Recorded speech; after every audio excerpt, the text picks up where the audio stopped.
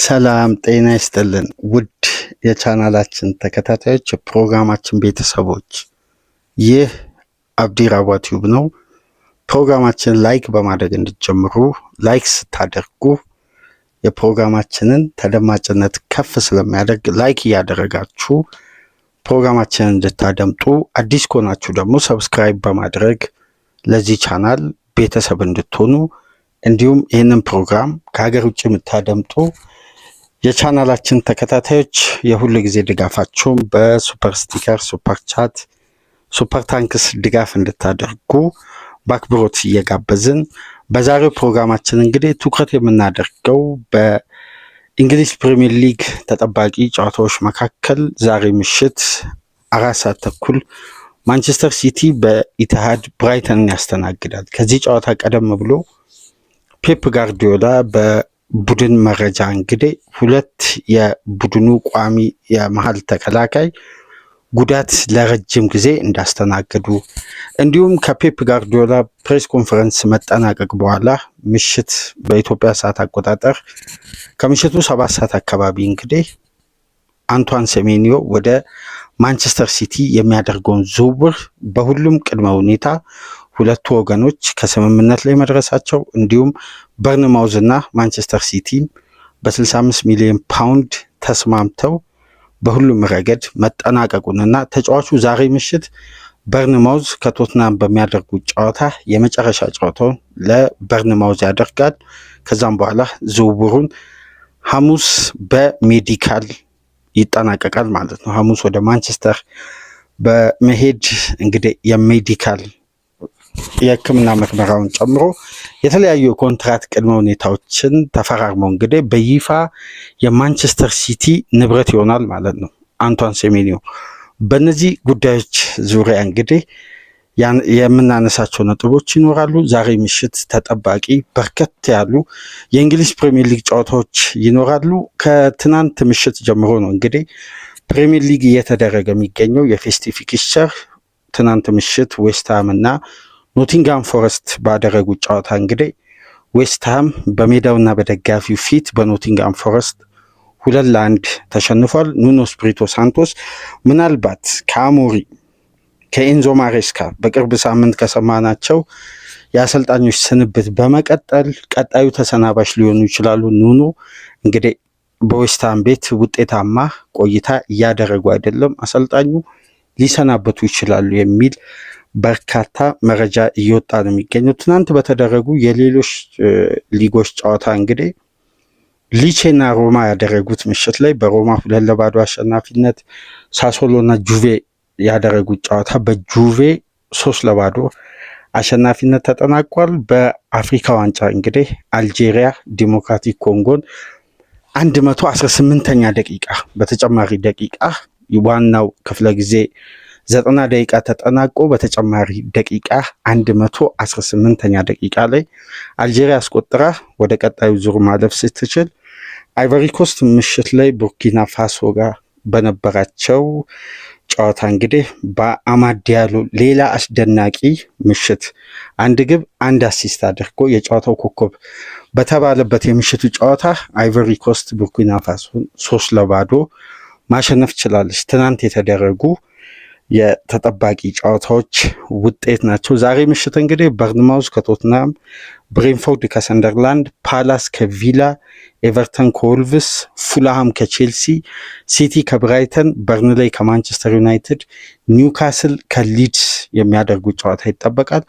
እንዲሁም በስፓኒሽ ሱፐር ካፕ ባርሳ ምሽት ላይ አትሌቲክ ቢልባውን የሚያስተናግድ ይሆናል። ነገ ምሽት ደግሞ በማድሪድ ደርቢ ሪያል ማድሪድ ከአትሌቲኮ ማድሪድ ጋር የሚያደርጉት ለፍጻሜ ለማለፍ የሚደረግ ጨዋታ ይኖራል ማለት ነው። በጣሊያን ሴሪያ መሪው ኢንተር ሚላን ከፓርማ ጋር ዛሬ ምሽት ጨዋታ ይኖራል። እንዲሁም ናፖሊ ከሄላስ ቬሮና ጋር የሚያደርጉትም ጨዋታ ይጠበቃል። ትኩረታችን የሚሆነው በማንቸስተር ሲቲ ብራይተን ጨዋታ በማንቸስተር ሲቲ ዙሪያ ይሆናል። እንግዲህ የፔፕ ቡድን ከሰሞኑን የውጤት መንሸራተት እንዲሁም የተጫዋቾች ጉዳት በርከት እያለ መጥቷል። ፔፕን እያሳሰበው ይገኛል። ነገር ግን ከዚህ ፕሮግራም በመቀጠል ፉልሃም ከቼልሲ በሚያደርጉት ጨዋታ ዙሪያ የምናነሳቸው ነጥቦች ይኖራሉ። በተለይ አዲሱ አሰልጣኝ የብሉኮን ሄድ ኮች የቼልሲ ሆኖ የተሾመው በብሉኮን ኃላፊዎች በእጅጉ የታመነ በመላው ዓለም የሚገኙ የሚዲያ ባለሙያዎች ዘንድ ደግሞ 100% ማለት ይቻላል እምነት ያጣው የ41 ዓመቱ በ2017-18 የውድድር ዓመት በብራይተን ቤት የምናውቀው ከነ ሊያንድሮ ትሮሳርድ ጋር ሲጫወት የምናውቀው አሰልጣኝ ሊያም ሮሴነር እንግዲህ የቼልሲ አሰልጣኝ ሆኖ ተሾሟል። በዚህ ዙሪያ የምናነሳቸው ነጥቦች አሉ። እንዲሁም በርንሌይ ከማንቸስተር ዩናይትድን በተመለከተ ኦሌ ጉናር ሶልሻየር ወደ ማንቸስተር ዩናይትድ በድጋሚ በጊዜያዊ አሰልጣኝነት ሊመጡ መቃረባቸውን አብዛኛው ሚዲያ እየዘገበ ነው። በእነዚህ 3 ፕሮግራሞች እንግዲህ ከእናንተ ጋር ዛሬን ቆይታ የምናደርግ ይሆናል። የመጀመሪያ ትኩረታችን ግን በኢትሃድ የሚደረገው የማንቸስተር ሲቲ እና የብራይተን ጨዋታ ነው። ለፔፕ ጋርዲዮላ ከባዱ ራስ ምታት። በዚህም ወቅት እንግዲህ 2 አይነት ስሜት የሲቲ ደጋፊዎች እያሳለፉ ነው። ምሽት ላይ የአንቷን ሴሜንዮ ዝውውር ተጠናቀቀ። በሁሉም ቅድመ ሁኔታዎች እንግዲህ ሁለቱ ወገኖች በሴሜንዮ ተወካዮች እና በሲቲ መካከልም 100% ስምምነት ተፈጸመ። እንዲሁም በተጨማሪ በርንማውዝ እና ማንቸስተር ሲቲም በሁሉም ቅድመ ሁኔታ ስምምነት ላይ ደርሰው የሜዲካሉን ቀን ሐሙስ ለማድረግ ተስማምተው ዛሬ ምሽት ተጫዋቹ የመጨረሻ የበርንማውዝ ቤት ቆይታውን የመጨረሻ ጨዋታ ከቶትናም ጋር ያደርጋል። በዛውም ደጋፊውን የሚሰናበት ይሆናል። ከዚህ ጋር በተያያዘ ግን በዝውውር መረጃ ምሽት ላይ ኦሊቨር ግላስነር ፕሬስ ኮንፈረንስ ነበራቸው። የክሪስታል ፓላሱ አሰልጣኝ እንግዲህ ከባድ መረጃ ነው ያጋሩት።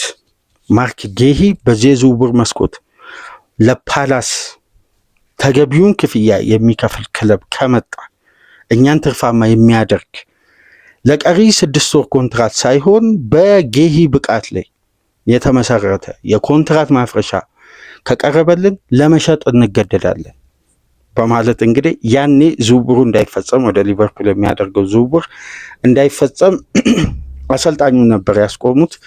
አሁን ደግሞ በይፋ ክለቦች ኦፊሻል ኦፈር እንዲያቀርቡ ጥሪ የሚመስል ጋዜጣዊ መግለጫ ሰጥተዋል። እንግዲህ በጌሂ በኩል ትናንት የሰራነው ፕሮግራም አለ። በጥሬ ዝውውር መስኮት ማንቸስተር ሲቲ ከሊቨርፑል በበለጠ በአንገብጋቢ ሁኔታ ሴንተር ባክ ይፈልጋል። ምክንያቱም ደግሞ ሁለቱ የዘንድሮ የውድድር ዓመት በማንቸስተር ሲቲ እንግዲህ እስካለፈው ሳምንት እሁድን ጨምሮ ሐሙስ ማንቸስተር ሲቲ ተከታታይ 2 ጨዋታዎችን ባቻ ውጤት እስከሚያጠናቀቅበት ድረስ በአስደናቂ ውጤትና በከፍ ባለ አስፈሪ የቡድን እንቅስቃሴ ጨዋታዎችን እያሸነፈ ለ8 ተከታታይ ጨዋታ በድል ሲመጣ ትልቁን አስተዋጽኦ እንግዲህ ካደረጉ ተጫዋቾች መካከል በቋሚነት በዘንድሮ ሲዝን ምርጥ ብቃት በሲቲ ቤት እያሳዩ የሚገኙት ሩቢን ዲያዝ እና ያሽኮር ግራፍዲዮል ጠንካራ ጉዳት ሁለቱም አስተናግደዋል። በአንዴ ነው እንግዲህ ፔፕ ጋርዲዮላ እድለኛ አይደለም። ሁለቱም ተጫዋቾች በአንዴ ከባድ የእግር ጉዳት ያስተናገዱት። የሩቢን ዲያዝ ከ4 እስከ 6 ሳምንት ከሜዳም ያርቀው ነው። የሃርምስትሪንግ ጉዳት ነው። እንግዲህ ከጨዋታው በኋላ በተደረገለት ምርመራ ይህን ጉዳት እንዳስተናገደ ተረጋግጧል። በተጨማሪም ደግሞ የያሽኮር ግራፍዲዮል በጨዋታው እንቅስቃሴ ላይ ነው ከባዱን የእግር ጉዳት እንግዲህ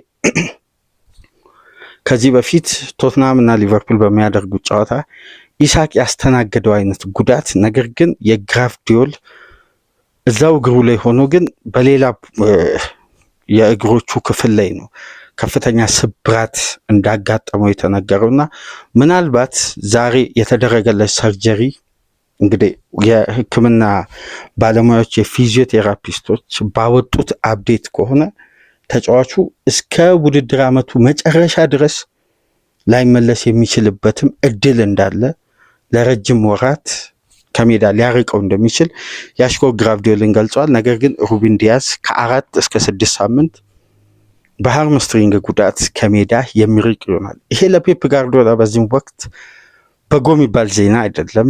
2 የቡድኑ የዘንድሮ የውድድር ዓመት ቋሚ ሴንተር ባኮች በአንድ ጨዋታ ያውም ሲቲ ጨዋታውን ባልረታበት ነጥብ በጣለበት በአንድ ጎል ልዩነት ረጅሙን ደቂቃ ሲመራ ቆይቶ በመጨረሻ ደቂቃ ከቼልሲ ጋር ኤንዞ ፈርናንዴዝ አስቆጥሮ 1-1 በተለያየበት ከሊጉ መሪ አርሴናል ጋር የ6 ነጥብ ልዩነት በተፈጠረበት ጨዋታ እነዚህ 2 ተጫዋቾች የተለያየ አይነት ጉዳት አስተናግደው ከሜዳ ለረጅም ጊዜ ይርቃሉ። በዛሬው ጨዋታ እንግዲህ ፔፕ በተከላካይ ስፍራ ያለው አማራጭ 2 ነው። በሴንተር ባክ በኩል አኬን እና አብዱልከሪም ኩሳኖቭን ማሰለፍ ነው ብቸኛ አማራጩ። ምናልባት የኒኮ ጎንዛሌስ የመጨረሻ ትሬኒንጉ መስራቱን ተከትሎ ምናልባት ሮድሪ ከኤክስፒሪየንስ አንጻር ከኩሳኖቭ የተሻለ እዛ ቦታ ላይ ፔፕ እንግዲህ እንዲህ አይነት ተጫዋቾችን ቦታ በመቀያየር ጊዜያዊ መፍትሄ በማምጣት ነገራቶችን መሻገር ይችላልና ሮድሪን ሴንተር ባክ አድርጎም ሊጠቀም ይችላል። ነገር ግን ያሉት በዚህን ሰዓት አማራጮች 2 ናቸው። አኬንና ኩሳኖቭ ማጫወት ነው።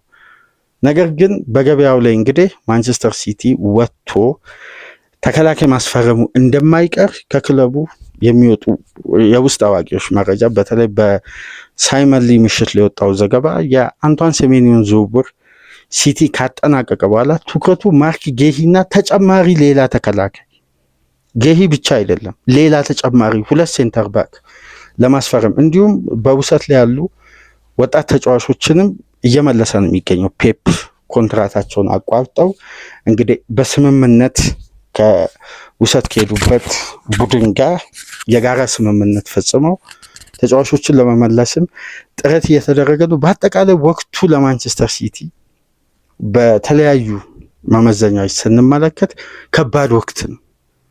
2 ሴንተር ባኮች ማጣት በተለይ በዋንጫ ፉክክሩ ላይ ሲቲ 1 ስቴፕ መቅረቱ ብቻ ሳይሆን እስካሁን ድረስ በጥንካሬ በ2 ነጥብ ልዩነት ለረጅም ሳምንት ከአርሴናል አንገት ውስጥ እየተነፈሰ ሲዘልቅ የ2 ሴንተር ባኮች የዘንድሮ ጥምረት ምናልባት በተለየ ሁኔታ አልተነገረለትም እንጂ አስደናቂ ጥምረት እያሳዩ ነው። ፔፕ በየውድድር ዓመቱ የምናስተውለው ይሄ የፔፕ ጋርዲዮላ የተከታታይ ጨዋታ ሮቴሽን ቡድኑን የበለጠ ለቦታ ላይ በሚደረግ ትግል የቡድን ሞቢሊቲ ይሄ የእንቅስቃሴ እድገት ላይ ከፍተኛ አስተዋጽኦ ነበር። ተጫዋቾችን እየለዋወጠ ለአዲስ ቅንጅት ቡድኑ እንዳይቸገር ከመጀመሪያ የፕሪሚየር ሊግ ጨዋታ አንስቶ በርካታ ጨዋታዎች ላይ ሮቴሽን ያደርጋል። በአብዛኛው ደግሞ የፖዚሽን ለውጥ እያደረገ የተጫዋቾችን ለውጥ እያደረገ ከሚሞክርባቸው ፖዚሽኖች መካከል የኋላ መስመር ተከላካዮች ነው። በዋነኝነት ደግሞ ሴንተር ባክ ላይ የተለያዩ ጥምረቶችን እየሞከረ የቡድን ቅንጅቱን በሰፋ ሁኔታ አንዱ ቢጎድል ሌላኛው እንዲተካ ከቦታው ላይ ሳይርቅ ሲስተሙን አዳፕት እያደረገ ፖቴንሻሉን እያሳደገ ጌም ታይም እያገኘ የቡድን ቅንጅቱ ሳይርቅ ነው እንግዲህ በኳሊቲ ተጫዋቾችን እያፈራረቀ የሚጠቀመው።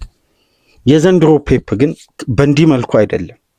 የጨዋታ ስታይሉ ጌም ማኔጅመንቱም የተጫዋቾችም ለውጥ ከጨዋታ ጨዋታ የሚደረገው ሮቴሽን በአብዛኛው የሚጠበቅ ሆኗል። በፊት መስመር በኩል ቲጃኒ ራይንደርስ ካልተሰለፈ ጀሬሚ ዶኩ በላኛው የሜዳ ክፍል በግራ ክንፍ ይሰለፍና ከሃላንድ ጀርባ ቸርኪ፣ ፎደን፣ በርናንዶ ሲልቫ ከነሱ ጀርባ ደግሞ ኒኮ ጎንዛሌዝ ወይም ሮድሪን በመጠቀም ነው የዘንድሮውን ሲዝን በአብዛኛው የተመለከት ነው። ሮቴሽኑም የሚታወቅ ነው። በቡድን ቅንጅትን በኩል ሲቲ አንድ ወጥ ምርጥ 11 ያለው ቡድን ሆኗል እና አማራጮች ቢኖሩትም የተከላካይ ክፍሉ ዴብዝ ግን ጥያቄ ነበረበት ሲዝኑም ሲጀምር። በዘንድሮ ሲዝን ፔፕ የሴንተር ባክ ፖዚሽን ያስፈልጓል የሚሉ ጥያቄዎች ነበሩ። ነገር ግን ጋርዲዮላ እንግዲህ ሌሎች ዲፓርትመንቶች ላይ ትኩረት አድርጎ በተሻለ ጥራት ማጠናከሪያ ካደረገ በኋላ ነው እንግዲህ አሁን ላይ ለማንቸስተር ሲቲ ትልቁ ፖዘቲቭ ጉዳይ በጥር የዝውውር መስኮት ክፍት ባለበት ወቅት ገና በጀመረ ሳምንት እንደዚህ አይነት ጉዳት ቡድን ማስተናገዱ ምናልባት ለመብቴ በገበያ ላይ እንግዲህ ፔፕ ጋርዲዮላ ጠይቆት ፔፕ ፈልጎት እምቢ የሚል ተጫዋች የለም። ይህንን ተከትሎ ምናልባት ለሲቲ ጥሩ አድቫንቴጅ በዚህ ወቅት ተጫዋቾቹ ጉዳት ማስተናገዳቸው እንጂ የዝውውር መስኮቱ ክፍት ባይሆን ሲቲ ከባድ አደጋ ውስጥ ነው የሚገባው። አይደለም በሻምፒዮናነት ተፎካካሪ ሆኖ ለመዝለቅ ቀርቶ በሊጉ በሚደረግም በሻምፒየንስ ሊግም በሚደረጉ ውድድሮች ላይ ከባድ ፈተና ነው የሚጠብቀው። ነገር ግን የያሽኮር ግራፍዲዮል በሜዳ ውስጥ በተደረገ እንቅስቃሴ ላይ ያጋጠመው ጉዳት ነው።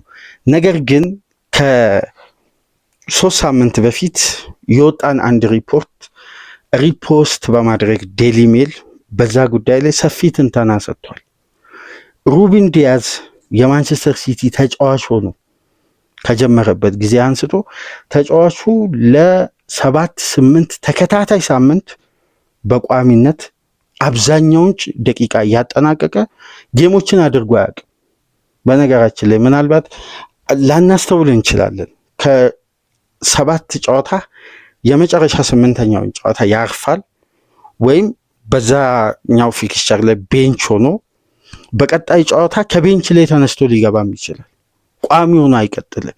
ይሄ ደግሞ የሶፍት ቲሹ ችግርና በተለይ ተጫዋቹ ላይ ረጅም ጊዜ የቆየ የሃርምስትሪንግ ተደራራቢ ጉዳት ከዚህ በፊትም በአንድ ወቅት እናስታውሳለን። በማንቸስተር ሲቲ በርካታ ተጫዋቾች ጉዳት ባስተናገዱበት ወቅት አንደኛው ፈታኙ ጉዳት የነበረው የሩበን ዲያዝ የሃርምስትሪንግ ጉዳት እንግዲህ ልክ እንደ ቡካዮ ሳካ ለ3 ወራት ከሜዳ ያራቀው ጠንካራው ጉዳት በተደጋጋሚ ሲቲ ቤት ይሄ የሃርምስትሪንግ ጉዳት ሩበን ዲያዝ ሲያስተናግድ ለ3ኛ ጊዜ ሁለቱን ያስተናገደበት በየወቅቱ ዝርዝር ጉዳዮችን ስንመለከት በተደራራቢ ጨዋታ ጫና ነው እና የሶፍት ቲሹ ችግር እንዳለበት ይነሳል። ተጫዋቹ እንግዲህ ከ3 ሳምንት በፊት የሲቲ የሕክምና አባላት እየተወያዩበት ነበር።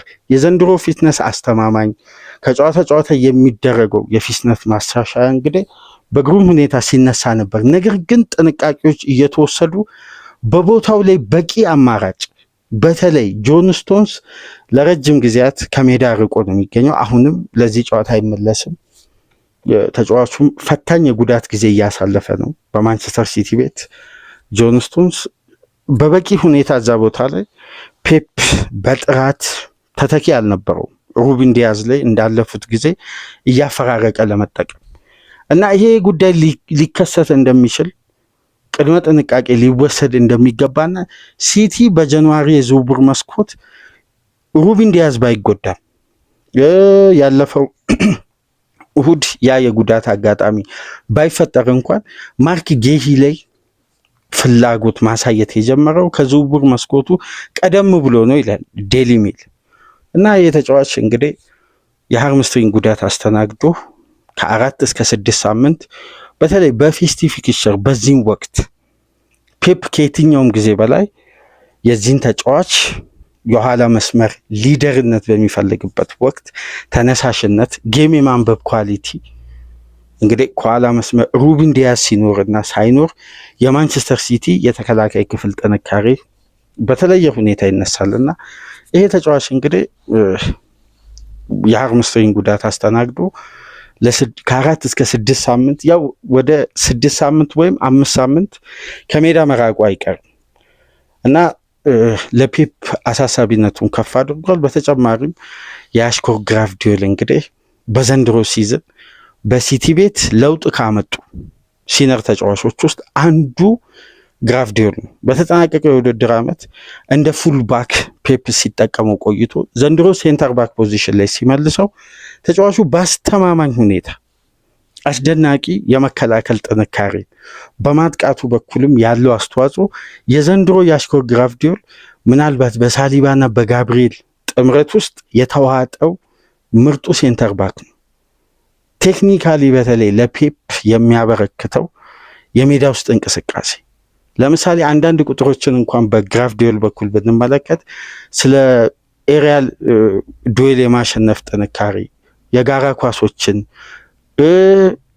ሪከቨር በማድረግ የተሳኩ ታክሎችን በተከላካዮች በኩል በተለይ ደግሞ ከተከላካይ ጀርባ በሚጣሉ ኳሶች ፔኔትሬት አድርጎ ቡድኑን በመከላከሉ በኩል የተለየ ኳሊቲውን የሚያሳይበት በልዩነት ይነሳል። ይሄን ተጫዋች እንግዲህ በዚህ ወቅት ሁለት ቋሚ ሴንተር ባክ ፔፕ እኮ እንግዲህ በማንቸስተር ሲቲ ቤት ከዚህ በፊት አስተውለን በማናውቀው ደረጃ የሴንተር ባክ ዴብዙ በጣም አንሶ ጥራቱ ከፍ ብሏል።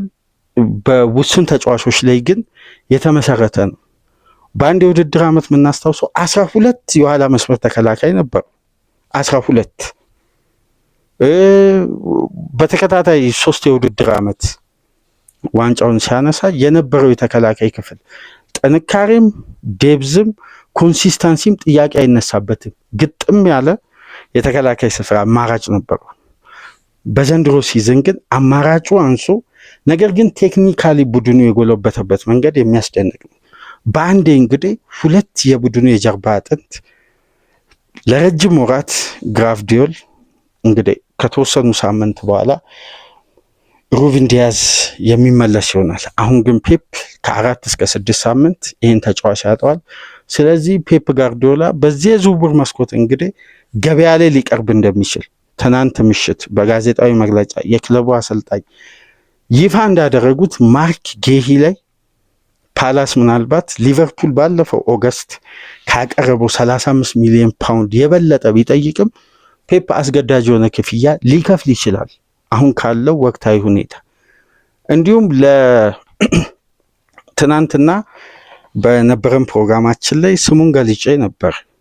አንቶኒዮ ሲልቫ አዲሱ ሩበን ዲያዝ የሚባለው ፖርቱጋላዊው ሴንተር ባክ ላይ የበለጠ ተጨማሪ ትኩረት ማድረጋቸውን እንግዲህ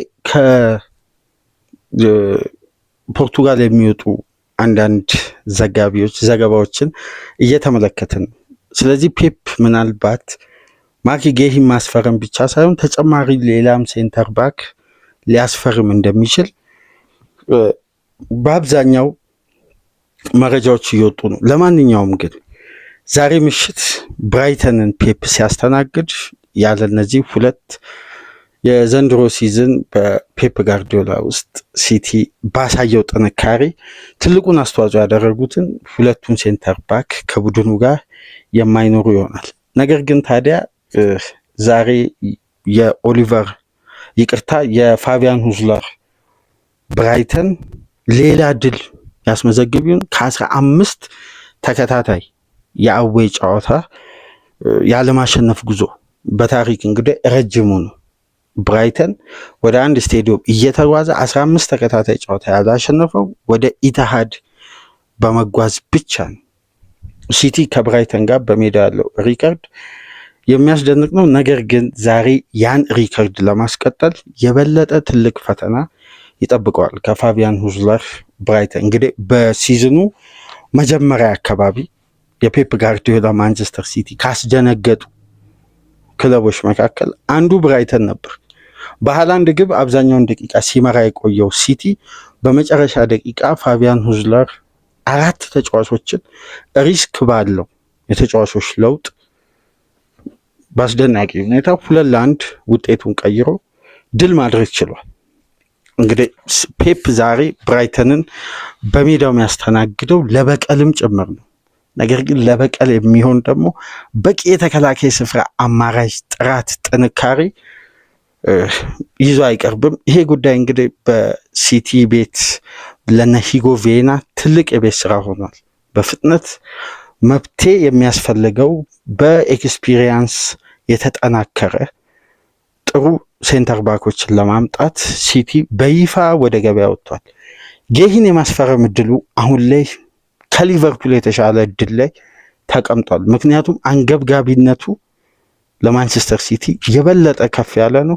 ሲቲ ምናልባት እዚህ ተጫዋች ላይ ለ6 ወር ኮንትራት ተከፍሎ ማይታወቅ ትልቅ ክፍያም ሊከፍል ይችላል። ወደ 42 ሚሊዮን ፓውንድ አስፈላጊነቱ ክፍተቱ ምንም አይነት ጥያቄ የሚቀርብበት ስላልሆነ ጌሂ ምናልባት ለ6 ወር ኮንትራት ትልቅ ገንዘብ አውጥቶ ፓላስንም ጠቅሞ የፔፕን የተከላካይ ክፍል ባንዴ ያጋጠመውን የጉዳት ጫናን በፍጥነት ሪከቨር ለማድረግ በልምድም በሁሉም ረገድ ሲታይ ጌሂ የተሻለው አማራጭ ነው ለማንቸስተር ሲቲ በዚህ ወቅት። አሁን ከባዱ ጉዳይ ለፔፕ ጋርዲዮላ የብራይተኑ ጨዋታ ብቻ አይደለም። በቀጣይ 22 ቀናት ማንቸስተር ሲቲ በ4 የተለያዩ ውድድሮች ላይ 7 ጨዋታ ያደርጋል። ለዚህ ደግሞ ብቁ የሆኑ ተፈጥሯዊ ሴንተር ባክ ያለው 2 ብቻ ነው። እንደውም ትናንት ምሽት ዘ ታይምስ ይዞ በወጣው ዘገባ መሰረት አሁን የጆን ስቶንስ የጉዳት መደራረብ ማንቸስተር ሲቲ ኮንትራቱን ለማደስ የተጀመረው ድርድር ላይ አንዳንድ ማፈግፈጎችን ማሳየት ጀምሯል። ሲቲ ተጫዋቹን ለማቆየት አሁን ጤንነቱ አሳሳቢነቱ ከየትኛውም ጊዜ በላይ ከፍ ብሏል። በተጠናቀቀውም የውድድር ዓመት ዘንድሮም ተጫዋቹ በሙሉ ጤንነት እንግዲህ እያንዳንዱን ጨዋታ እያደረገ አይደለም፣ ለወራት ከሜዳ ይርቃል። የስቶንስ ጤንነት እንግዲህ ከጊዜ ወደ ጊዜ አሳሳቢነቱ ከፍ ብሏል። በዚህ ምክንያት እንግዲህ ሲቲ የተጫዋቹንም ተተኪ ለማግኘት በተጨማሪም ኮንትራቱን የማራዘምን ጉዳይ አሁን ላይ አዘግይቶታል። ድርድሮች ተቋርጧል እና ለማንቸስተር ሲቲ ጊዜው በጣም ፈታኝ ነው። 22 ቀናት 7 በ4 የተለያዩ ውድድሮች ላይ ጨዋታ ማድረግ ለፔፕ እንግዲህ ከባዱ ፈተና ሆኗል። በዚህ ወቅት ነበር የፔፕ ጋርዲዮላ ሞተርን ሁሉም ሞቅ ብሎ ጊሩን አጠንክሮ የአሸናፊነት መንገዱን እያሰፋ ተጋጣሚን እየበታተነ በሊጉ አናት ላይ ያለውን ክለብ ውጥረት ውስጥ ከቶ ፌብሩዋሪ አጋማሽ ላይ በሊጉ አናት ላይ ይቀመጣል። ፔፕ ማንም አያወርደውም። አሁን ግን ወደዛ ደረጃ ወደዛ ሌቭል ለመምጣት ምናልባት ተጫዋቾች ቢፈርሙ እንኳን አዳፕት አድርጎ ወደ ሲስተሙ አምጥቶ ከቡድን አሁን ከደረሰበት የቡድኑ ቅንጅት ጋር አዋህዶ በእያንዳንዱ ጨዋታ የተጫዋቹን እምቃቅብ ለመጠቀም እንግዲህ ሲስተማቲካሊ ፔፕ ፈተና ይጠብቀዋል። በአጠቃላይ ግን ለፔፕ ጋርዲዮላ የተከላካይ ስፍራ የሁለቱ ተጫዋቾች ጉዳት በርካታ ባላንሶችን ሊያናጋ እንደሚችል እየተጠቀሰ ነው የሚገኘው። የሁለቱን ተጫዋቾች ጉዳት ተከትሎ አሊያንን ከዋትፎርድ የ20 ዓመቱን ሴንተር ባክ እንግዲህ ኮንትራቱን በማቋረጥ ከዋትፎርድ ጋር በተደረገው ድርድር መብት አበጅተውለት ተጫዋቹን ወደ ኢትሃድ መልሰውታል። ይህን ወጣት ተጫዋችና በተለይ ለኤፍኤ ካፕ ጨዋታዎች ለመጠቀም የበለጠ በዚህ ተጫዋች ለመገልገልም ማሰባቸው ተሰምቷል። አሁን ላይ ግን ለፔፕ ጋርዲዮላ ያለው ብቸኛ አማራጭ ኩሳኖቭና አኬ ብቻ ናቸው። እንደምታስታውሱት አኬ ባለፈው ሳምንት ከሰንደርላንድም ጋር መጠነኛ ህመም ተሰምቶት ጨዋታውን እንግዲህ ጉዳት ያስተናገደ ይመስል ነበር፣ ቀጠለ። ከዛም በኋላ በቼልሲው ጨዋታ ቋሚ ሆኖ መጀመር አልቻለም።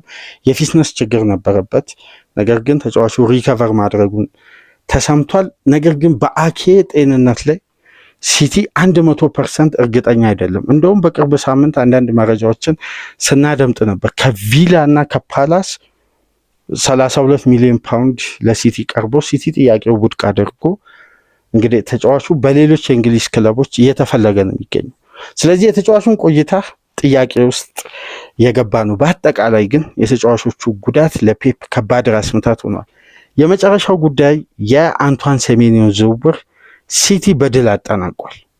ሐሙስ እንግዲህ በይፋ የሲቲ ንብረት ለመሆን ማንቸስተር ከተማ ተጫዋቹ ይጓዛል፣ ሜዲካሉን ያደርጋል፣ ኮንትራቱን ፈርሞ በሲቲ ማሊያ እንግዲህ ተጫዋቹ የቪዲዮ ሹቱን፣ ፎቶውን፣ ሁሉንም ነገር ይፋ ይደረጋል ማለት ነው። ትናንት ምሽት ሁለቱ ክለቦች ባደረጉት ድርድር የተጫዋቹን ሙሉ ሪሊስ ክሎዝ በነገራችን ላይ 65 ሚሊዮን ፓውንዱን ለመክፈል ሲቲ ተስማምቶ ነው። ከዚህ በፊት የተለያዩ መረጃዎች እየወጡ ነበር። ሲቲ በአንዴ 65 ሚሊዮን ፓውንድ ለመክፈል የመልቀቂያ ዋጋውን አሁን ላይ የስትራክቸራል ክፍያን እንደመረጡ እና ወደ 70 ሚሊዮን ፓውንድ ሊደርስ ይችላል ተጨማሪ የተጫዋቹን የተለያዩ የክፍያ ስርዓትን እንዲፈጽሙ የሚያበቃ የቦነስ ክፍያ ለፓላስ ለበርንማውዝ ለመጨመር የተወሰነ ሂደቶችን ሲቲዎች እያደረጉ ነው የሚል መረጃ ወጥቶ ነበር። ነገር ግን ትናንት ምሽት ዝውውሩ ሲጠናቀቅ በበርካታ ታማኝ ዘጋቢዎች የወጣው ዘገባ እንደሚያሳየው ከሆነ ሲቲ ሙሉ 65 ሚሊዮን ፓውንድ በመክፈል ነው ዳምፕ አድርጎ አንቷን ሴሜንዮን ለማስፈረም የተስማማው። እንግዲህ ይሄ ተጫዋች ካሁን በኋላ ወደ የትኛውም ቡድን አይሄድም፣ ዝውውሩም ካሁን በኋላ አይጠለፍም። ምክንያቱም ስምምነት ተፈጽሟል። ተጫዋቹ ለሜዲካል ሐሙስ ማንቸስተር ኤርፖርት ይደርሳል፣ ዝውውሩን ያጠናቅቃል ማለት ነው። የሊቨርፑልም የማንቸስተር ዩናይትድም የሌሎች ክለቦችን ፍላጎት አሁን ላይ በይፋ ተጠናቋል ማለት ነው። ተጫዋቹ የሲቲ ንብረት ሐሙስ ዕለት በይፋ ይሆናል። አንቷን ሴሜንዮ ማስፈረሙ እንግዲህ በፊት መስመር አማራጭ በኩል ምን ሊሰጠው እንደሚችል ከዚህ በፊት በስፋት አንስተናል። የበለጠ ታክቲካዊ ጉዳዮችን ደግሞ ዝውውሩ ሐሙስ ዕለት ሲጠናቀቅ ሰፊ ጉዳዮችን ይዘን እንመጣ ይሆናል። ለማንኛውም የሴሜንዮን ዝውውር ፋብሪዚዮ ምሽት ላይ ሂር ዊ ጎ ብሏል። ተጫዋቹ የማንቸስተር ሲቲ ንብረት ከሐሙስ ጀምሮ በይፋ የሚሆን ይሆናል። 5 ዓመት ተኩል ኮንትራት ይፈርማል።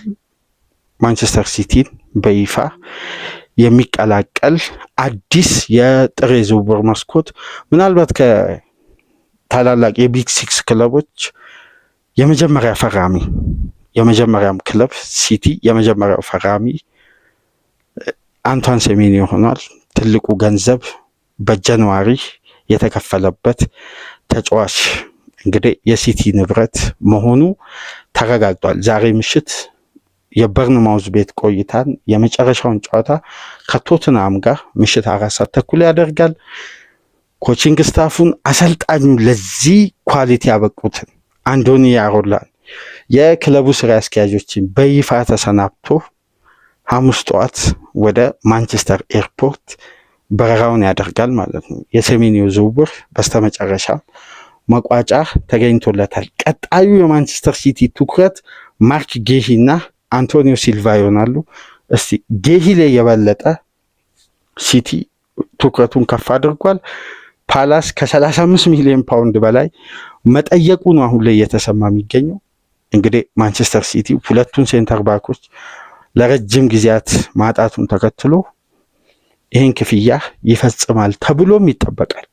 እስከ 40 ሚሊዮን ፓውንድ 6 ወር 5 ወር ከምናምን የኮንትራት ዘመን ለቀረው ተጫዋች ሲቲዎች እንግዲህ አሁን ላይ ካለው ክፍተት አንገብጋቢነት መነሻ በማድረግ ይህን ክፍያ ሊፈጽሙ እንደሚችሉ እየተዘገበ ነው የሚገኘው። ለማንኛውም ሴሜንዮን አጠናቋል። ቀጣይ ትኩረታቸው ማርክ ጌሂ ይሆናል። ሊቨርፑሎችስ ከተኙበት ነክተው ይሄን ዝውውር ያለፈው ኦገስት ለማጠናቀቅ ሁሉንም ቅድመ ሁኔታ አጠናቀው በስተመጨረሻም እንግዲህ በአሰልጣኙ ውሳኔ የተጫዋቹ ጉዳይ መታጠፉ ይታወቃል። በዴድላይን ዴይ በዚህኛው የዝውውር መስኮት ሊቨርፑሎች በድጋሚ ያን ክፍያ ይዘው ዝውውሩ ላይ ይገባሉ ወይስ እንደ አንቷን ሴሜንዮ ዝውውር ለማንቸስተር ሲቲ ይለፈን ብለው ጌሂን አሳልፎ ይሰጣሉ ወይ? በቀጣይ ቀናት የምናየው ነው የሚሆነው። አሁን ላይ ግን ሲቲ ጌሂን የማስፈረም እድሉ እየሰፋ የመጣ ይመስላል። መረጃዎች በስፋት እየወጡ ነው የሚገኙት። ከነ ዴቪድ ኦርንስተን ደግሞ ስናረጋግጥ የበለጠ መረጃዎችን ሰብስበን ወደ እናንተ ይዘን የምንመጣ ይሆናል። ሲቲ ከብራይተንን ቅድመ ጨዋታ ግምገማ በማንቸስተር ሲቲ ዙሪያ አተኩረን በእንዲህ መልኩ ወደ እናንተ ይዘን መጣን። ፕሮግራማችንን ላይክ እያደረጋችሁ ላይክ ስታደርጉ በርካታ የእግር ኳስ አድማጮች ጋር ተደራሽ ይሆናል። ላይክ እያደረጋችሁ እንድታደምጡን፣ አዲስ ከሆናችሁ ደግሞ ለቻናላችን ቤተሰብ በመሆን ሰብስክራይብ እንድታደርጉ፣ ከሀገር ውጭ የምታደምጡ ደግሞ በሱፐር ስቲከር፣ በሱፐር ቻት፣ በሱፐር ታንክስ ድጋፍ እንድታደርጉ በአክብሮት እየጋበዝን በሊያም ሮሲኒየር ተመልሰን እንመጣለን። ይሄ ወጣት አሰልጣኝ በብሉኮን የቼልሲ ባለቤቶች በዛ ግዙፍ ካምፓኒ ለምን ከፍተኛ ተቀባይነት አገኘ? ሚዲያው ለዚህ ተጫዋች የሰጠው ሽፋን ለዚህ አሰልጣኝ የሰጠው ሽፋን በቂ ነው ወይ? ሚዲያው ላይ ለምን ይሄ አሰልጣኝ ሽፋን አጣ? እምነት ታጣበት። አብዛኛው የሚዲያ ባለሙያዎች አላመኑበትም። ለቼልሲ ተገቢው አሰልጣኝ ነው ብለን አናምንም የሚሉ ሪፖርተሮች በዝተዋል።